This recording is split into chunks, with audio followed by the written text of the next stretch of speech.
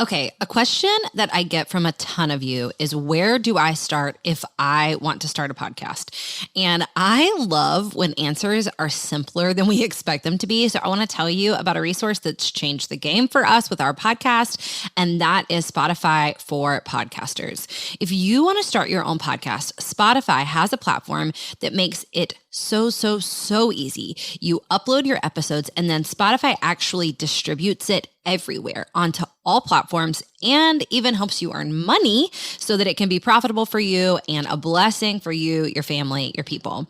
Spotify for Podcasters lets you record and edit your podcast literally from your phone or your computer. So if you don't have a fancy setup, it's okay. You can immediately get started today. Then again, you distribute it to Spotify and everywhere else that podcasts are available. You can also do video podcasts, which sounds like a dream to me. And when you want to take conversations with your people to the next level, you can do Q&A and polls, all sorts of fun things. You can earn money with ads and podcast subscriptions, or you can just get started using what you've got for the good of others and the glory of God. Check out Spotify for Podcasters. I use it. I love it. I highly recommend it. Download the Spotify for Podcasters app. I have it on my phone, highly suggest, or go to spotify.com/podcasters to get started today.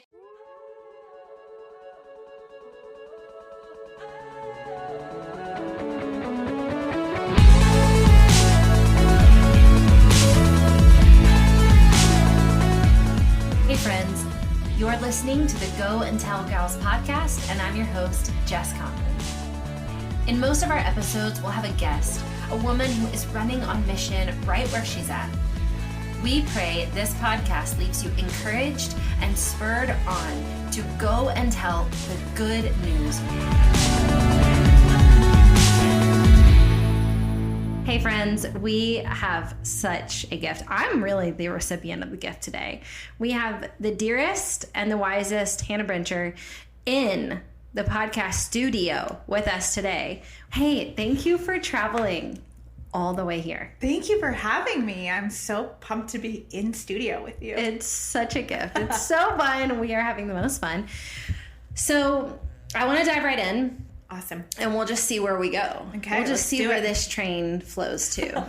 So we have been reading, all the gals on the Go and Tell Gals podcast have been reading Come Matter Here, which now came out 3 years ago? 1 year ago. You're joking. No, it was a year ago last May. I'll have to talk more about that. That cannot be real. Yeah, it was last year, I think. I guess maybe sure. I just feel like I got to read it so long ago because of the foreword. Yeah, like way in advance. Yeah, it came out last May. It just had its first birthday like 2 weeks ago. How do you feel about it a year out? Oh, I love it. I mean, I'm sure that like 60 years down the road, I'll be like, oh, this one was my favorite to write. But for right now, like, yeah, it felt like such a story that God gave me that anytime somebody is like, Come Out of Here speaking to me so much, I'm like, yeah, because it spoke to me so much as I was writing it. It felt like God just downloaded it into me. And so I love it. I love hearing everybody's stories because it's just so different from the first book that I wrote. So... Okay, you want to know why I think I'm putting together that I don't was 3 think... years ago. Well, I know that was 3 years ago, but why I thought this was so long ago is because Lane is not in here. Lane is in that one, but only briefly, like one chapter. As your husband? No. Okay. As like a guy I went on dates with. And I wanted to be really careful not to like superscript him into the story, you know? Like you say his name, Lane? I do say his name, Lane, yeah. I feel like I totally missed that. There's a chapter on him. Oh my gosh, I totally missed it. But by the time it was completely like done, we were married at that point. So it's like, okay, I feel I can write about him. I was a little nervous though. That's the thing. I mean, this is the whole thing. Yeah. That's a whole thing. Mm-hmm. Writing permanent pieces of work. Yeah. With people that are you going to be permanent? And it turns out, thank God. I know. Thank God. Was. I probably wouldn't have written about him if we were still dating. I would have been like, hey, a book is just too personal. Yeah. Okay, there's a million things I want to say about Come Matter Here. We also have really great questions from podcast listeners. But I want to tell you, just rereading it. So I read it when I wrote the foreword, which was such a gift to write. I mean, it was a gift to write, but it was a gift to read it then. So spoiler alert, Hannah and I just went to lunch, and it took everything in me to not say this. And I'm assuming you have not already listened to the podcast where I talk about this, because I've talked about your book already on the podcast once, and I literally cried. But Anna, who works with Go and Tell Gals, was there about 2 months ago. We were on a plane, and I looked over at Anna. I was reading Come Matter Here, and I looked over at Anna and grabbed her leg so hard, and I was sobbing. And I could not get over what a good book it was. And I don't, do you know when you like make someone be your captive audience? But I was like, Anna, I need to redo this right now. I love that. And then I just want to tell you, so it's just crazy how books ministered to you in different seasons, because I loved it. I loved it when I wrote the foreword. I thought, like, man, she's such a good storyteller. This is so poignant, so important for women. But for whatever reason, it like did me in the best ways in this season. And we share an editor. Yes. And so when I was just visiting with my editor about 2 weeks ago, I just had to sit with her and say, like, I need to tell you, Stephanie, that's a really meaningful book. Oh. And God has really used it in crazy ways in my life. I'm really thankful you wrote this book. Thank you. I'm very thankful that I wrote it. I think it was really intentional for me to fill the book with action steps I had to take for myself. And I mean, I look at that book and I'm thankful, because honestly, that book means that I'm alive. Because there were times within that story that I didn't know what would be the outcome of it, or definitely didn't think that I could have a beautiful life the way that God has helped me build this life. But I think what's so cool is to get the messages and the emails that I get from people that say, like, because of this book, I went back into a church after 10 years. Right. Or because of this book, I did make the move across the country and I want to leave and go back home, but I'm not going to. And I know what those things feel like. And so I'm like, man, if we could equip people to do more of that, like more of the staying when it gets hard, like, bring it on. So good. Okay, here's what I wanted to capture. So I finished it again a few days ago, and I thought, okay, well, if I could put into words what I perceive this to mean for me, and what I would want to tell you, which is like, man, what a gift. You don't always get to sit with an author and say, like, hey, this is what this did for me. But I wanted to share and just hear your thoughts on it. Tell me if I'm okay, basically, is what I'm asking. Like, am I an okay human? Am I going to make it? Is that Nick, my husband and I, talk a lot about different personality types. And so Nick is a pioneer, and he always wants to conquer something. He's excited about the new things. So my favorite story to illustrate that, I always tell people, is that moments before they rolled me into a C-section to have our first baby, Nick Connolly leaned over and said to me, like, we should move to New York. And I was like, shut the front door. I'm numb on a table. I'm like, we're about to have a baby. And he was like, I know, I just think after we have the baby, let's move to New York. And I was like, we're very different people. That's all I could think right then in that moment. We're very different people. So I want to use the same coffee mug every day for the rest of my life. Yep. I want to wear the same 8 outfits. Yep. I like going on vacation, but I want to go to the same place on vacation every single year for the rest of my life. I want to settle. I want to do the deep settle. And I think in this season in particular for me, what Nick and I have learned to talk about, and what he challenges me towards in the best way, is developing instead of settling. So instead of like doing the deep settle, and by the deep settle, I mean like hit this place in your mid-30s where you always go to the same places and see the same people, and you spend your Saturdays at Lowe's. He's like, we can stay here and we have no plans to leave Charleston. And he's like, but instead of you settling, I want you to develop. See what God might develop as you stay. Yeah. And this book felt like an anthem and a call towards developing. Wow, thank you. And it has been just a really sweet, long poem of like, what if you didn't settle, but what if you didn't run? What if you developed? Yeah, totally. You're totally okay. Okay, thanks. Somebody write that down. I completely agree with you. And I think what's really been, and I'm sure you felt this with your books too, is if you write a book and then you're like, oh, we're still living in this. Like, I'm For sure. still preaching this to myself. Yeah. And that's been Come Matter Here, that I'm totally a settler as well. I would love to settle. Like, and so that's why the story in this book felt so out of character. I am not the person that would pick up their life and move across the country. Like, I needed a pep talk to get in the car and go to Charleston today and be brave and get a hotel room and just develop, rather than say it'd be easier to stay home, you know? I totally agree with your husband, but I also know how hard that is to push yourself outside of that box. And I guess when I moved to Atlanta, I didn't have a choice. I didn't have friends. I didn't have community. I wanted to fall in love, but that would require me to date. I felt like it was a really pivotal moment for me, especially because when I moved to Atlanta, my faith was forced to become real. So before then, becoming a Christian at 22, I kind of learned that you could talk a certain way, worship a certain way, pray a certain way, and no one would wonder if you were drowning inside.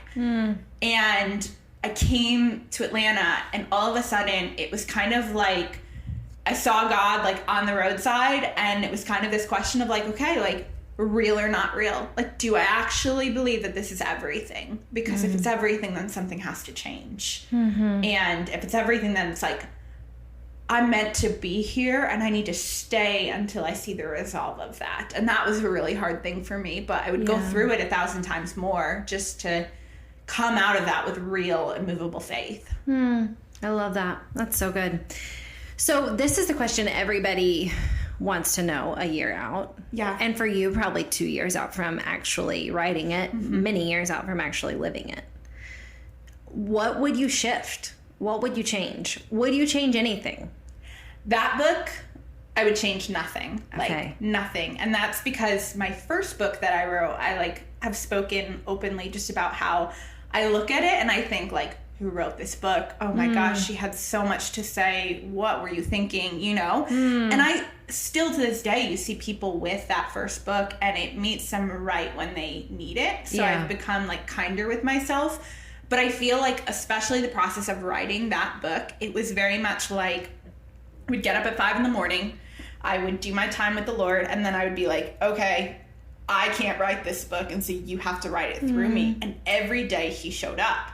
And so the sweet thing of that was that when I left that process, I was like, well, I can't discount these words or not say that they're good because I can't take credit for these words. And so I probably would have, I don't know, if I had to live the story over again, I probably would have been less of a brat, in the sense of, I really wish I hadn't walked into so many social settings, like talking about where I'd come from and being like, well, it's so much better over there, but I'm here. When I'm like, you were a grown adult, you made a choice to move, and so don't discount like what's happening in the here and now, even if it's uncomfortable. I feel like you need to say that again for the people in the back. I mean, I really won't make you, but that's a word for somebody. Well, there's a line in there about how it's funny how we begin to romanticize the things we willingly left when the present moment gets tough.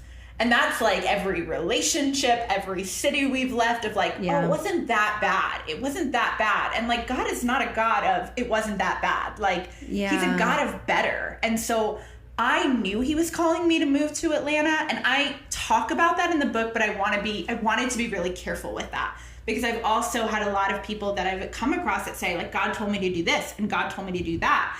And it's not that he didn't tell you that, but I'm like, are you in the Word of God to know his voice? And also, if God didn't move me across the country, he still would have been the same God. He still would have had just as good of a story. And so I'm really careful with the language in that book because I don't want people to think it was like, God told me I'm going. Like, he brought me here because he knew, like, we got to work some things out in this girl. Like, if she ever wants to fall in love, like, if she ever wants to stay, these are qualities that I kind of need her to myself in order to strip some things off. As you're just saying that out loud, I will say, so the flip side of that is interesting. And I wonder if we can just meet some other listeners who are like, man, I don't struggle with that. I will say, I sometimes have a relentless need to say that this is great. What we're at right now is great. Yeah. My people have a hard time with that sometimes. I mean, like my physical kids and my husband and my friends, because I'm like, this is great. Right? Everybody right now, this is great. You can see her face right Anna's now. shaking her head. Yeah. I mean, it's hard for me if other people in my space don't feel like this is great right here. Yeah. But I do not romanticize the past, but I do romanticize the future. Wow, okay. Nothing makes me happier than setting goals. Yeah. And I always think it's going to be great a month from now, a week from now. That's beautiful. There's a part of perspective. my brain that really believes I'm never going to stub my toe again. I'm just not going to. Okay. You can call me when it happens. After I leave. Actually, so this month we're reading Come Better Here. Next month we're reading It's Not Supposed to Be This Way, which are such interesting parallel books to be reading at the same time with Lisa Turkhurst. And I did Lisa's interview last week. We just had to do it a whole month early. And if you know anything about that book, those of you who are listening to the podcast are going to be reading it. Some of you probably already have read it. Many of you probably have already read it. And it's about intense pain in her life. And my first question for her was like, so do you never want to go through any more pain? Like, I just like couldn't stop thinking about it. And I was like, I just want you to know that I finished that book and took a deep breath and thought, Lisa Turkhurst better not ever get another stomach ache for the rest of her life. Like, So she's true. had So enough. true. She gets no more. Yeah. God has, we're done with her now. But all that to say, I think both are maybe not all that healthy. Yeah. You know? Well, and that draws us back to the present moment, right? Right. Like, I Not guess the we past. always just have to be in the present. I And think, let the well, and I think present that's an individual matter. thing. I think that Yeah. some people are so gung-ho goal setters. I think I deal with a lot of fear with setting goals of like, okay, but like, what if like God does change and like doesn't want good for me anymore? And that's like something I have to just let die, you know? Yeah. But for me, and I don't think I live in this space anymore, but definitely at the time of like living that story, did I live like everything in the rearview mirror was like a poem, you know? And I think that's why it's so hard for me to look at the first book, because I lived like it was a poem. And then life gets real and you realize life isn't a poem, It's not. you know? Like, and that guy wasn't that great. And like your family was really jacked up and it was reality. And God wanted me to walk with reality. And I think to still find him in reality, that was, girl, you had lived with me through that time. You'd be like, you need to just walk on out. Like you need to wake up. You know what is a poem? What's a poem? Us. Ephesians 2. We are his workmanship. You know, everybody loves that phrase. We are his poema, his actual, like, creative, beautiful masterpiece. So that, I mean, that's the thing. Like, the past, not a poem. Future, probably going to be a crap show. Yeah. Not really. I can't even say that. I can't even say that genuinely. No, because you It's gonna be genuinely great. believe it's going to be It's great. gonna be awesome. You do. Yeah, I do, really. A day where we don't stub our toes. And Lisa A Turkhurst day. has no more pain. The rest of our lives. There's no more time. I need that mindset. Give me you that don't. mindset. I really do. Like, You don't. You know, if we're talking Enneagram, it's my wing 7 that I like choose. I have none of the adventure. I'm not spontaneous.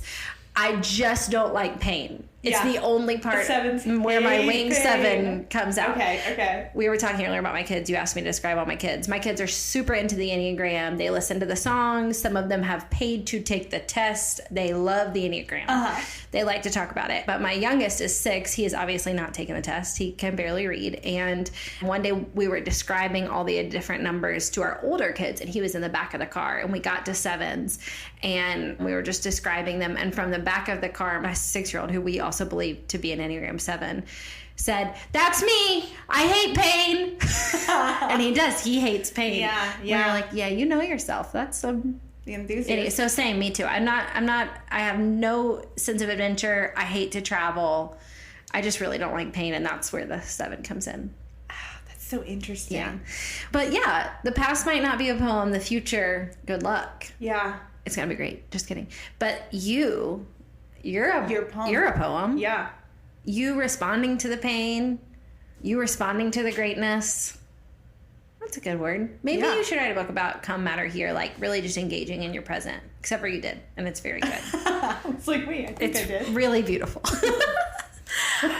So I want to read, I've read this on one podcast episode already. I want to read it again because I can't get enough of it. It's the quote from Come Matter Here that does me in. I can't read the whole thing. It's too long. I'm so curious. It's the letter from fear.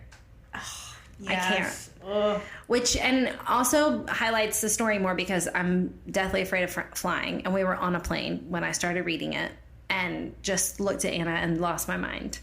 This is beautiful. Thank you. This is my favorite writing anyone's ever done. Wow. That's the highest compliment. I love it. I can't get over it.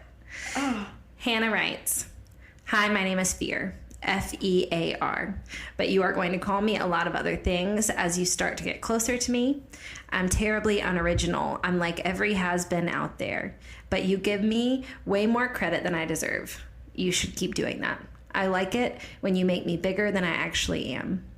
I'm going to make you feel alone, and I like it when you believe you're the only one who's ever felt this way." Pause there. What is it like to write that as an Enneagram 4? Oh, woof.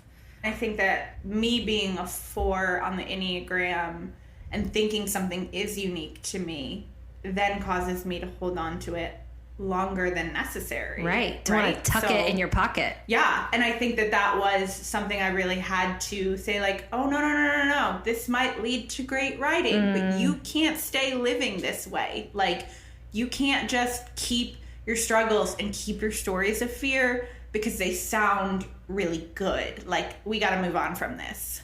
Okay, let's pull that thread. I love talking to you. Yeah. You're so wise. What happens to a very individualized fear when you decide, I'm not going to hold on to this and make it just mine anymore. I'm going to fight it and give it away. What happens? I think that in everything that I've decided to share or come clean about, whether that is something that I'll give you a real life example. I got photos taken of me for the first time in 5 years. I loved it. I'll get emotional saying it because the last time that I had photos taken of me were right before I moved to Atlanta. And somewhere within this journey of growth, something got planted inside of me of, I don't want to be in photos. I don't like to be in photos. I don't like my body. I don't like who I am. And to have that photo shoot meant that, like, I was going to have to face it, you know? And so I put it off for 5 years. You're supposed to get, like, new headshots done, like, every 6 months. And I was like, another 6 months, until my friend came to me and was like, nope, I'm coming over on your 31st birthday. We are doing the headshots. It is happening. And I had no choice. I was like, okay, we're doing this thing, you know? And it's crazy how long that fear kind of just, like, sang anthems into me. And I never thought to fight back. I never thought to find a better anthem. I just accepted it.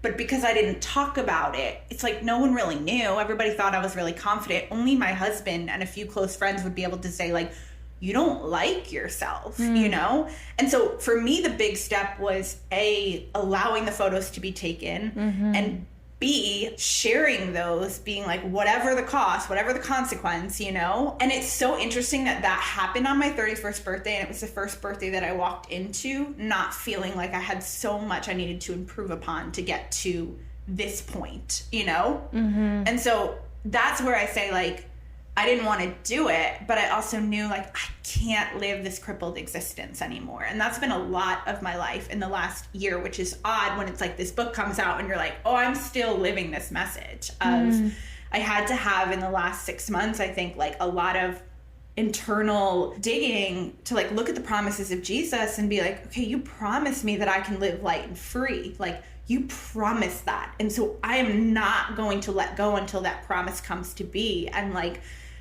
Jesus has just been so sweet in realizing, like, you have to show up every single day for this. Like, this is not, you have to rely on this every single day. You can't just tell me what's on your heart and then run off into the world and think you're going to be okay. Like, every day I want you to come and battle with me through this. Yeah. And it's been the sweetest work, but it means facing the fear and then not being complacent and not letting it run in the background, kind of like elevator music where you don't even realize it's seeped into everything. Man. I don't even know if that answered the question. It was just the best answer I've ever heard. Here's my heart. Have it. What do you think? I'm going to say dumb words right now. You're a writer. You're an author. So we think about this a lot, and I don't think I've ever asked someone. I don't think I've ever asked someone this question in the flesh, and I know that I've never asked someone this question on the podcast. But it's the question I Here we go. and continually answering and asking all day long. Yeah. Maybe I've asked Anna. What gets people to the point where they read your book and they just start to obey? Not obey you, but they stop obeying what trapped them and brought them into this. Yeah. Because this is the question I mean, you wrote it for them. You know? I know. This is too much of a like love offering for it to have been like, I just had to write these words. I had to get this story out. You wrote it for them to experience abundance. Yeah. And freedom and hope and healing and like the power of presence. So number one, my part A question is, do you feel this way? Do you ever like sit at home and think like, is this helping? Or are y'all just going to keep reading? You always are going to question, you know? Like, now I'm crying. No, I know. And I'm back to like, now. Does our work matter?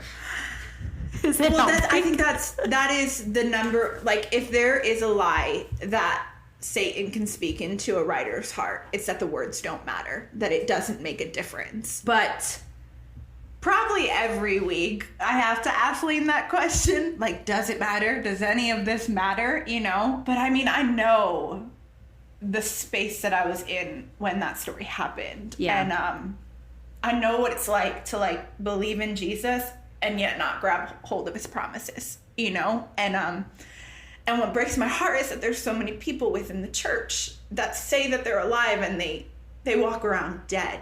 Yeah. And I guess coming into this, like coming into the game at 22, I was like, if this doesn't change everything, because I've seen everything else. Yeah. Like, then I'm not doing it. Like, and that was the spot that I was at with God, was like, God, you're putting me on stages and now I'm holding a Bible. Like, I'm used to secular universities. And so you need to make this so real, because I will not give people something that like I can't back 100%, you know? Gosh, I wish that wasn't my mentality sometimes, because I could live a lot safer. But it matters if it gets one person to come out of the dark, you know? Like, for them to realize, like, I'm meant to be here. It matters that I'm here. And I don't need to speak on a stage. I don't need to write 50,000 books. I don't need any of that, because it's so small. The existence is so small when we think about eternity, you know? But like, if I can show up for my neighbor, if I can show up for the guy across the street, that I have a guy that lives across the street who's my neighbor, but he doesn't actually live there. So we haven't figured out the whole mystery thing yet. But I always think about this book, and I think about somebody who was reading it recently, and she sent me a message on Instagram, and she said, I started praying that God would just use me in my everyday life the way that you prayed that, honestly. And she's like, and I'm very introverted. I really stick to myself. And God told me one day to make a pie for my neighbor. Come on. And so she makes the pie. She's like, I don't want to deliver this pie. This is weird. And she shows up at her neighbor's front door. And her neighbor just fell into her arms weeping. And turns out it was the anniversary of her son's passing. Like 3 years earlier, he had taken his life. And she didn't know that. But like, it was one of those things where it's like, well, what if we just listened, you know? Yeah. What if we just decided, okay, like, simple obedience, like, it does change everything. Yeah. But it's not going to look how you think it's going to look. We think obedience, and that means move across the country. We think obedience is like, be a big name person. But it's like, simple obedience starts with like sending the email, or like not being rude to the person at the restaurant. And like, you know, like, I think God wants to work way more in the trenches with us. We'd rather stick on the surface level. But I mean, I'm not anywhere near like perfect. There's so much obedience I still have to apply. But I found that it's not, I think in the last year, as my life has developed discipline after writing Come Matter Here, I thought discipline was something to be afraid of, but like, discipline is freedom. Like, ultimately it is freedom. And we don't need to be afraid of obeying, because it always leads us onto better turf. That's good. That's a quote. Spoiler alert. I feel like I should go back and not even spoiler alert, but just put a salve over this and say, I do think our work matters. I just think, you know, it's too hard to not ask that question. But I want to follow up with these two smaller questions.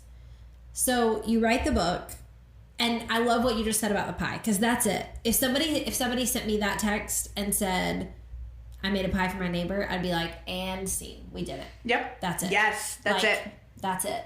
But I love to ask authors, tell me both of these things. Tell me the big dreamiest thing. And maybe I don't know if you think like this, but there's a part of me that when I'm writing it, there has to be a really big dreamy thing. Like I spoke with Audrey Roloff a few weeks or months ago, who wrote, Love Letter Life. And I said, like, part of me needs to hear you say that you want people to stop getting divorced, like across the board. Yeah. She was like, I do, definitely. And I was like, great.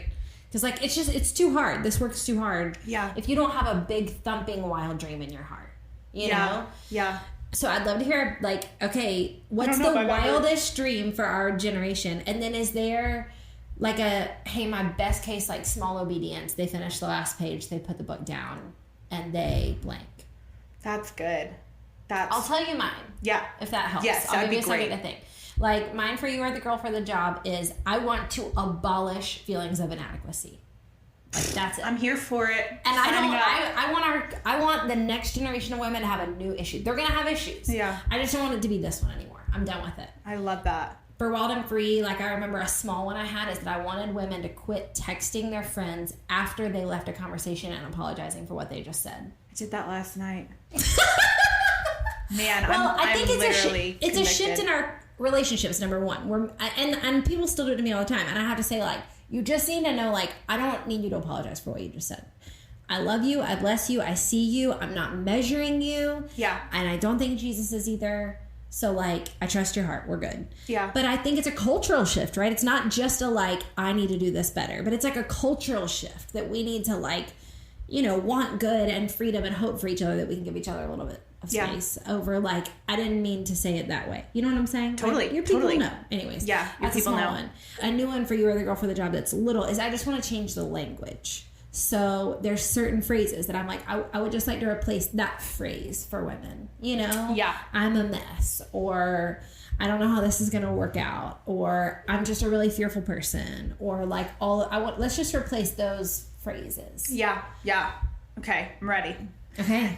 I think for this book specifically, I think my heart in it was I want people to live more present lives and, like, actually live that. Not I'm present because then I can put it on Instagram, but, like, what if you just put the phone away? Like, what if, I have a limit on my Instagram for every single day, and it's been the most freeing thing I've ever thought to do. I don't know why I didn't think of it sooner, but it's helped me to realize it's not there. That's going to put my emotions in all sorts of directions. That's where I get a lot of my feelings of inadequacy. And I would rather people get in the Word of God and realize you can have a relationship with Him than to go on Instagram and think it can inform your value and your worth. It doesn't. Yeah. And, like, there's just beauty in, like, the phones being shut off and spending time with your husband or spending time with your friends and saying, this is enough, I'm not missing anything. Yeah. And so that's what I wanted people to realize from Come Matter Here, is that you get to show up at any time and it matters, but you have to really be here. Like, you can't just be here halfway. Mm-hmm. People will know, people will see it. People will realize there's something that is standing in the way of, like, true intimacy and relationship building.